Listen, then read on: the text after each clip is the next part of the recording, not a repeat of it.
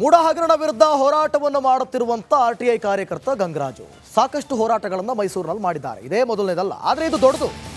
ಪ್ರತಿ ಬಾರಿಯೂ ಕೂಡ ಅವರಿಗೆ ಬೆದರಿಕೆಗಳು ಬಂದೇ ಬರುತ್ತೆ. ಅದು ಕೂಡ ಅವರಿಗೆ ಅನ್ನೋದೇನು ಹೊಸ್ತಲ್ಲ. ಆದರೆ ಇದು ಸ್ವಲ್ಪ ಸ್ಟ್ರಾಂಗ್ ಇದೆ. ಮೂಡ ಹೋರಾಟ ನಡೆಸ್ತಿರೋ ನನಗೆ ಜೀವ ಬೆದರಿಕೆ ಇದೆ, ಬೆದರಿಸಿ ಹೋರಾಟ ನಿಲ್ಲಿಸಬಹುದು ಅಂದ್ಕೊಂಡಿದ್ದಾರೆ. ಆದರೆ ನನ್ನ ಪ್ರಾಣ ಇರುವವರೆಗೂ ಕೂಡ ಹೋರಾಟ ನಿಲ್ಲಿಸಲ್ಲ ಅಂಥೇಳಿ ರಿಪಬ್ಲಿಕ್ ಕನ್ನಡಕ್ಕೆ ಸಾಮಾಜಿಕ ಕಾರ್ಯಕರ್ತ ಗಂಗರಾಜು ಕಿಡಿಕಾರಿದ್ದಾರೆ. ತುರುವೇಕೆರೆಗೆ ಹೋಗಿದ್ರಂತೆ, ಹೋಗಿ ಬರುವಾಗ ಬೆದರಿಸುವ ಘಟನೆ ನಡೆದಿದೆ. ಮೈಸೂರು ಸಿಟಿ ಪೊಲೀಸ್ ಕಮಿಷನರ್ಗೆ ದೂರು ನೀಡಿದ್ದೇನೆ. ಬೆದರಿಕೆ ಹಾಕಿದವರ ವಿರುದ್ಧ ಗಂಗರಾಜು ತಮ್ಮ ಆಕ್ರೋಶವನ್ನು ವ್ಯಕ್ತಪಡಿಸಿದ್ದಾರೆ. ರಿಪಬ್ಲಿಕ್ ಕನ್ನಡಕ್ಕೆ ಮಾಹಿತಿ ಕೊಟ್ಟಿದ್ದಾರೆ. ಏನು ಹೇಳಿದ್ದಾರೆ ನೋಡೋಣ. ಒಬ್ಬ ಹೋರಾಟಗಾರ ಸಾವಿರಾರು ಕೋಟಿ ಆಸ್ತಿ ವಿಷಯಕ್ಕೆ ಹೋರಾಟ ಮಾಡ್ತಾನಲ್ಲ, ಅವನಿಗೊಂದು ರಕ್ಷಣೆ ಕೊಡೋಕೆ ನಿಮಗೆ ಆಗಲ್ಲ ಅಂದರೆ ನಿಮ್ಮ ಸರ್ಕಾರ ಅಲ್ಲಿಗೆ ಅರ್ಥ ಏನು? ಹಿಂಗಾದರೆ ಇವನಿಗೆ ಎದುರಿಸಿ ಬೆದರಿಸಿರಿ ಇನ್ನು ಮುಂದೆ ದಾಖಲೆಗಳು ಬಿಡುಗಡೆ ಮಾಡೋದು ನಿಲ್ಲಿಸಲಿ ಅನ್ನೋ ಉದ್ದೇಶ ಇಟ್ಕೊಂಡು ಇವರು ನಮಗೆ ಈ ಬೆದರಿಕೆ ತಂತ್ರ ಮತ್ತು ರಕ್ಷಣೆ ಕೊಡೋದಲ್ಲಿ ಅವಾಯ್ಡ್ ಮಾಡ್ತಾವ್ರೆ ಅಂತ ನನಗೆ ಅನಿಸ್ತಾ ಇದೆ. ಹಿತೈಷಿಗಳು ಸಹಕಾರ ಇರೋವರೆಗೂ ಯಾವುದೇ ಕಾರಣಕ್ಕೂ ನಾನು ಹಿಂದೆ ಸರಿಯೋದಿಲ್ಲ. ಯಾವ ಬೆದರಿಕೆಗೆ ಬಗ್ಗೋನಲ್ಲ ನಾನು. ನನ್ನ ಹೋರಾಟ ನಾನು ಮುಂದುವರಿತದೆ. ರಕ್ಷಣೆ ಕೊಡೋದು ಬಿಡೋದು ಸರ್ಕಾರ ಬಿಟ್ಟಿದ್ದು. ಕೊಟ್ಟಿಲ್ಲ ಅಂದರೆ ಏನು ಮಾಡೋಕ್ಕ, ನಾವು ರಕ್ಷಣೆ ಕೊಟ್ಟು ದುಡ್ಡು ಕೊಟ್ಬಿಟ್ಟು ನಾವು ರಕ್ಷಣೆ ಪಡ್ಕೊಳ್ಳೋ ನಾವು ಅಷ್ಟೊಂದು ಶ್ರೀಮಂತರಾಗಿಲ್ಲ ನಾವು. ಹಾಗಾಗಿ ಯಾವುದೇ ಕಾರಣಕ್ಕೂ ನಾನು ಹೋರಾಟ ನಿಲ್ಲಿಸಲ್ಲ. ಇನ್ನೂ ಹಲವಾರು ದಾಖಲೆಗಳು ನನ್ನ ಹೋರಾಟ ಮೂಡ ಪ್ರಕರಣದಲ್ಲಿ ಆಗಿರುವಂಥ ಸಾವಿರಾರು ಕೋಟಿ ಹಗರಣದ ವಿರುದ್ಧ ಹೋರಾಟ ಹೊರಟು ಸಿದ್ದರಾಮಯ್ಯರು ಒಬ್ಬರು ವಿರುದ್ಧ ಹೋರಾಟ ಅಲ್ಲ ನಂದು.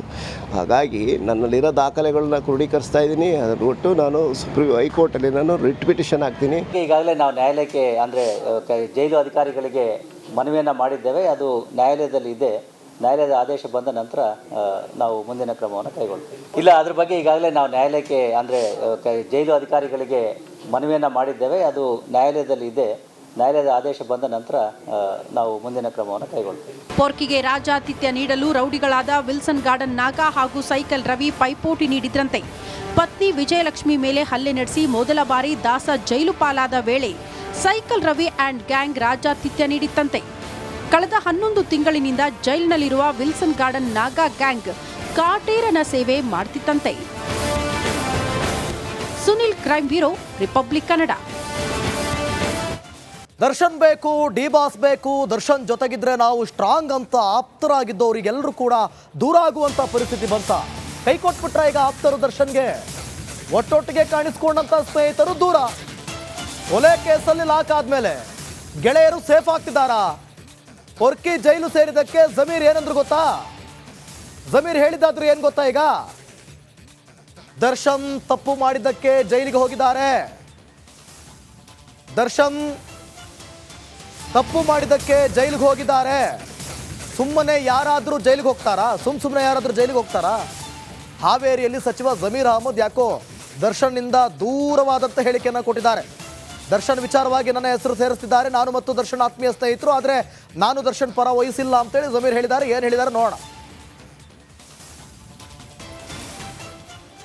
ನನ್ನ ಹೆಸರನ್ನು ಮಾಧ್ಯಮದಲ್ಲಿ, ಸ್ಪೆಷಲಿ ಮಾಧ್ಯಮದಲ್ಲಿ ನನ್ನ ಹೆಸರನ್ನು ಸೇರಿಸ್ತಾ ಇದ್ದಾರೆ. ನನಗೂ ಅದಕ್ಕೆ ಏನು ಸಂಬಂಧ? ನಾನು ದರ್ಶನ್ ಅವರು ಆತ್ಮೀಯ ಸ್ನೇಹಿತರು ಇಲ್ಲ ಅಂತ ಇಲ್ಲ, ಆತ್ಮೀಯ ಸ್ನೇಹಿತರು.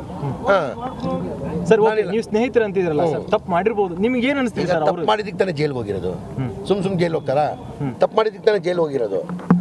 ನನ್ನ ಹೆಸರನ್ನು ಮಾಧ್ಯಮದಲ್ಲಿ, ಸ್ಪೆಷಲಿ ಮಾಧ್ಯಮದಲ್ಲಿ ನನ್ನ ಹೆಸರನ್ನು ಸೇರಿಸ್ತಾ ಇದ್ದಾರೆ. ನನಗೂ ಅದಕ್ಕೆ ಏನು ಸಂಬಂಧ? ನಾನು ದರ್ಶನ್ ಅವರು ಆತ್ಮೀಯ ಸ್ನೇಹಿತರು ಇಲ್ಲ ಅಂತ ಇಲ್ಲ, ಆತ್ಮೀಯ ಸ್ನೇಹಿತರು. ಸರ್, ನೀವು ಸ್ನೇಹಿತರು ಅಂತಿದ್ರಲ್ಲ ಸರ್, ತಪ್ಪು ಮಾಡಿರ್ಬೋದು. ನಿಮ್ಗೆ ಏನು ಅನಿಸ್ತಿದೆ ಸರ್? ತಪ್ಪು ಮಾಡಿದ್ದಕ್ಕೆ ತಾನೇ ಜೈಲಿಗೆ ಹೋಗಿರೋದು. ಸುಮ್ ಜೈಲು ಹೋಗ್ತಾರಾ? ತಪ್ಪು ಮಾಡಿದ್ದಕ್ಕೆ ತಾನೇ ಜೈಲು ಹೋಗಿರೋದು. ನೋಡಿ, ಬಳ್ಳಾರಿ ಸೆಂಟ್ರಲ್ ಜೈಲಿನಲ್ಲಿ ಈಗ ದರ್ಶನ್ ಮೇಲೆ ಲೇಡಿ ಆಫೀಸರ್ಸ್ ಹದ್ದಿನ ಕಣ್ಣಿಟ್ಟಿದ್ದಾರೆ. ಲೇಡಿ ಸಿಂಗಂಗಳ ಭದ್ರತೆಯಲ್ಲಿ ದರ್ಶನ್ ಈಗ ವಿಲವಿಲ ಅಂತ ಒದ್ದಾಡ್ತಿದ್ದಾರೆ. ಹಾಗೆ ಅದರಲ್ಲಿ ಏನಾಗ್ತಿದೆ ಡೀಟೇಲ್ಸ್ ಕೊಡ್ತೀವಿ ನೋಡಿ.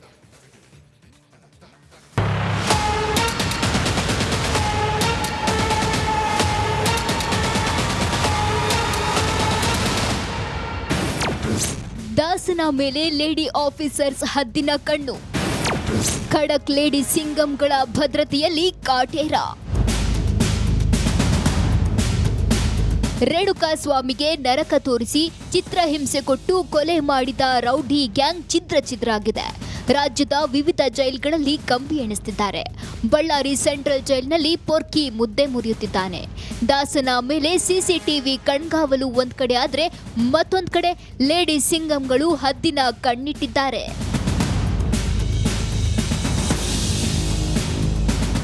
ಜೈಲ್ನ ಭದ್ರತೆ ಆಡಳಿತ ನಿರ್ವಹಣೆ ಸವಾಲು ಸಮರ್ಥವಾಗಿ ನಿಭಾಯಿಸುತ್ತಿರೋದು ಮಹಿಳಾ ಅಧಿಕಾರಿಗಳು. ಬಳ್ಳಾರಿ ಕೇಂದ್ರ ಕಾರಾಗೃಹದ ಲೇಡಿ ಆಫೀಸರ್ ಸುಪರ್ದಿಯಲ್ಲಿ ಕಾಟೇರ ಕಂಬಿ ಎಣಿಸುತ್ತಿದ್ದಾನೆ. ಜಿಲ್ಲಾ ಪೊಲೀಸ್ ವರಿಷ್ಠಾಧಿಕಾರಿ ಡಾಕ್ಟರ್ ವಿಜೆ ಶೋಭಾರಾಣಿ, ಕೇಂದ್ರ ಕಾರಾಗೃಹ ಅಧೀಕ್ಷಕಿ ಲತಾ, ಪರೀಕ್ಷಾರ್ಥಿ ಸಹಾಯಕಿ ಅಧೀಕ್ಷಕಿ ಉಮ್ಮಿ ತಸ್ಮಿಯಾ ನಿಗಾ ಇಟ್ಟಿದ್ದಾರೆ. ಬಳ್ಳಾರಿ ಜೈಲ್ಗೆ ದಾಸ ಶಿಫ್ಟ್ ಆಗ್ತಿದ್ದಂತೆ ಸಂಪೂರ್ಣ ಭದ್ರತೆ, ನಿರ್ವಹಣೆ ಜವಾಬ್ದಾರಿ ಮಹಿಳಾ ಅಧಿಕಾರಿಗಳದ್ದೇ ಆಗಿದೆ. ಅಚ್ಚುಕಟ್ಟಾಗಿ ಕೈಗೊಳ್ಳುವ ಮೂಲಕ ಮೇಲಧಿಕಾರಿಗಳ ಗಮನ ಸೆಳೆದಿದ್ದಾರೆ.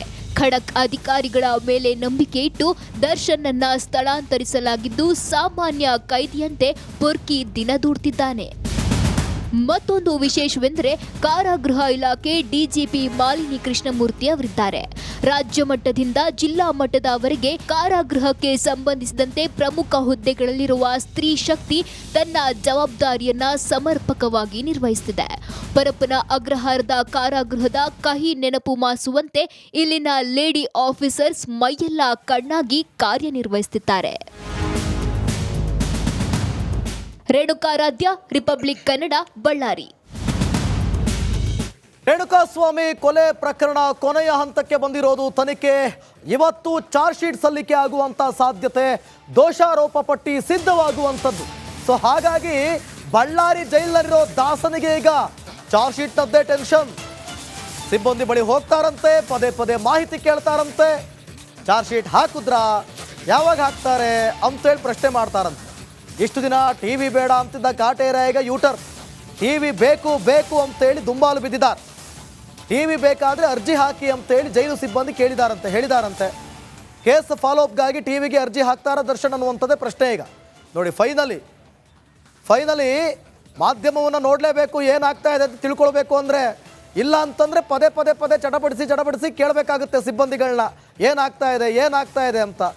ಅವರು ಹಗಲೆಲ್ಲ ನಿಮ್ಮ ಜೊತೆನೇ ಇರ್ತಾರೆ, ಏನು ತಿಳ್ಕೊಳಕ್ಕೆ ಹೋಗ್ತಾರೆ? ಸೊ ಹಾಗಾಗಿ ಚಾರ್ಜ್ ಶೀಟ್ ವಿಚಾರದಲ್ಲಿ ಏನಾಗ್ತಾ ಇದೆ ಬೆಳವಣಿಗೆಗಳು ಅಂತ ದರ್ಶನ್ಗೆ ತಿಳ್ಕೊಳ್ಳುವಂಥ ಕುತೂಹಲ. ಸೊ ಹಾಗಾಗಿ ಪದೇ ಮಾಹಿತಿಯನ್ನು ಕೇಳ್ತಿದ್ದಾರಂತೆ. ಈಗ ಆಲ್ರೆಡಿ ಸಾಕಷ್ಟು ಮಾಹಿತಿಯನ್ನು ಕಲೆ ಹಾಕಿರುವಂತಹ ಪೊಲೀಸ್ನವರು ಇವತ್ತು ಚಾರ್ಜ್ ಶೀಟ್ ಸಲ್ಲಿಕೆ ಮಾಡೋದಕ್ಕೆ ಸಿದ್ಧ ಆಗಿದ್ದಾರೆ. ಈ ಬಗ್ಗೆ ಮತ್ತಷ್ಟು ಮಾಹಿತಿಯನ್ನು ಕೊಡ್ತಾರೆ ನಮ್ಮ ಪ್ರತಿನಿಧಿ ರೇಣುಕಾರಾಧ್ಯ. ಲೈವ್ನಲ್ಲಿ ಜಾಯ್ನ್ ಆಗ್ತಿದ್ದಾರೆ. ರೇಣುಕಾರಾಧ್ಯ, ಚಾರ್ಜ್ ಶೀಟ್ ಸಲ್ಲಿಕೆ ಆಗುತ್ತೆ, ಮತ್ತೊಂದು ಕಡೆ ದರ್ಶನ್ಗೆ ಟೆನ್ಷನ್. ಅರ್ಜಿ ಹಾಕ್ತಾರಾ? ಟಿವಿ ನೋಡ್ಬೇಕಾ ಹಾಗಾದ್ರೆ ದರ್ಶನ್? ಅರ್ಜಿ ಹಾಕ್ತಾರ ಹಾಗಾದ್ರೆ?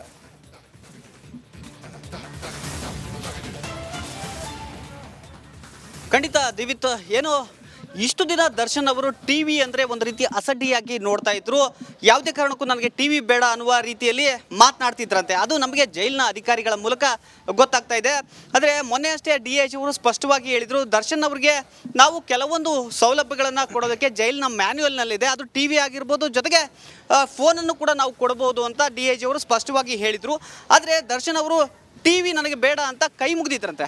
ಆದರೆ ಇವತ್ತು ಏನು ಚಾರ್ಜ್ ಶೀಟ್ ಸಲ್ಲಿಕೆ ಆಗ್ತಾ ಇದೆ ಅನ್ನುವ ಮಾಹಿತಿ ಯಾವಾಗ ಹೊರಬಿತ್ತೋ ಆ ಒಂದು ಹಿನ್ನೆಲೆಯಲ್ಲಿ ದರ್ಶನ್ ಏನು ಕಾರಾಗೃಹದಲ್ಲಿರ್ತಕ್ಕಂಥ ಸಿಬ್ಬಂದಿಗಳ ಬಳಿ ಪದೇ ಚಾರ್ಜ್ ಶೀಟ್ ಬಗ್ಗೆ ಕೇಳೋದು, ಜೊತೆಗೆ ವಕೀಲರ ಬಗ್ಗೆ ಕೇಳೋದು, ಈ ರೀತಿಯಾದ ಕೆಲವೊಂದು ಮಾಹಿತಿಗಳನ್ನು ಕೇಳ್ತಾ ಇದ್ರಂತೆ. ಹೀಗಾಗಿ ಜೈಲಿನ ಸಿಬ್ಬಂದಿಗಳು ದರ್ಶನ್ಗೆ ಒಂದು ಸಜೆಸ್ಟ್ ಮಾಡಿದಂತೆ, ನಿಮಗೆ ಟಿವಿಯ ಅವಶ್ಯಕತೆ ಇದೆ, ಬೇಕಾದರೆ ನೀವು ಅರ್ಜಿಯನ್ನು ಸಲ್ಲಿಸಿದರೆ ನಾವು ನಿಮಗೆ ಟಿವಿಯನ್ನು ಕೊಡ್ತೀವಿ ಅಂತ ಸಿಬ್ಬಂದಿ ಹೇಳಿದಂತೆ. ಹೀಗಾಗಿ ದರ್ಶನ್ ಅವರು ಇಷ್ಟು ದಿನ ಟಿವಿ ಅಂದರೆ ಕೈ ಮುಗಿತಾ ಇದ್ದವರು ಇವತ್ತು ಏಕಾಏಕಿಯಾಗಿ ನನಗೆ ಟಿವಿಯನ್ನು ಕೊಡಿ ಎನ್ನುವ ಒಂದು ಮನವಿಯನ್ನು ಮಾಡಿದ್ದಾರಂತೆ.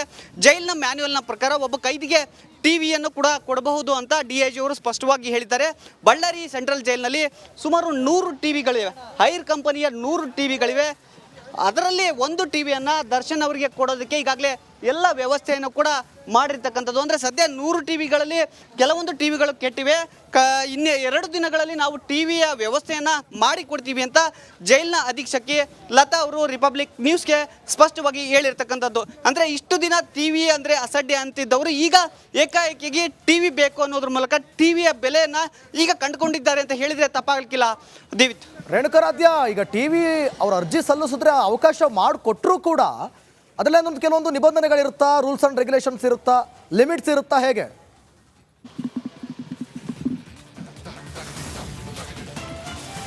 ದಿವಿತ್ತು, ಒಬ್ಬ ಕಾರಾಗೃಹದಲ್ಲಿರ್ತಕ್ಕಂಥ ವಿಚಾರಣಾಧೀನ ಕೈದಿಗೆ ಕೆಲವೊಂದು ಸಡಿಲಿಕೆಗಳಿರುತ್ತೆ. ಅದೇ ಸಡಿಲಿಕೆ ದರ್ಶನ್ಗೂ ಕೂಡ ಇರ್ತಕ್ಕಂಥದ್ದು. ಅಂದರೆ ಅವರಿಗೆ ಅಂದರೆ ಜೈಲಿನಲ್ಲಿ ಇರ್ತಕ್ಕಂಥ ಕೆಲವೊಂದು ಏನು ಫೆಸಿಲಿಟಿಗಳಿದೆ ಅವನ್ನು ಅಕ್ಸೆಸ್ ಮಾಡೋದಕ್ಕೆ ಅವಕಾಶ ಇದೆ ಅಂತ DIG ಅವರು ಹೇಳಿದರು. ಅದರಲ್ಲೂ ಕೂಡ ಕೇರಮ್ ಆಗಿರ್ಬೋದು, ಚೆಸ್ ಆಗಿರ್ಬೋದು, ಅವರು ವಾಕ್ ಮಾಡೋದಾಗಿರ್ಬೋದು, ಯೋಗ ಮಾಡೋದಕ್ಕೆ ಎಲ್ಲ ಅವಕಾಶ ಇರುತ್ತೆ. ಅದರ ಜೊತೆಗೆ ಅವರು ಸಂಬಂಧಿಗಳಿಗೆ ಫೋನ್ ಮಾಡೋದಕ್ಕೂ ಕೂಡ ಒಂದು ವಿಶೇಷವಾಗಿ ಪ್ರಿಸನ್ ಬೂತ್ ಅಂತ ಒಂದು ವ್ಯವಸ್ಥೆ ಇರುತ್ತೆ.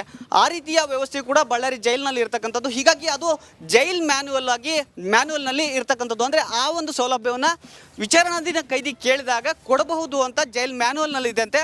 ಹೀಗಾಗಿ ಆ ಬಗ್ಗೆ ಈಗಾಗಲೇ ಅಧಿಕಾರಿಗಳು ಕೂಡ ಯೋಚನೆಯನ್ನು ಮಾಡ್ತಿದ್ದಾರೆ. ಇನ್ನು 2 ಅಥವಾ 3 ದಿನಗಳಲ್ಲಿ ದರ್ಶನ್ ರೂಮ್ಗೆ ಟಿವಿಯನ್ನು ಕೊಡೋದಕ್ಕೆ ಸಿದ್ಧತೆಯನ್ನು ಕೂಡ ಮಾಡ್ತಾ ಇರ್ತಕ್ಕಂಥದ್ದು. ದಿವಿತ್, ಥ್ಯಾಂಕ್ ಯು ರೇಣುಕಾರಾಧ್ಯ ನಿಮ್ಮೆಲ್ಲ ಮಾಹಿತಿಗಾಗಿ.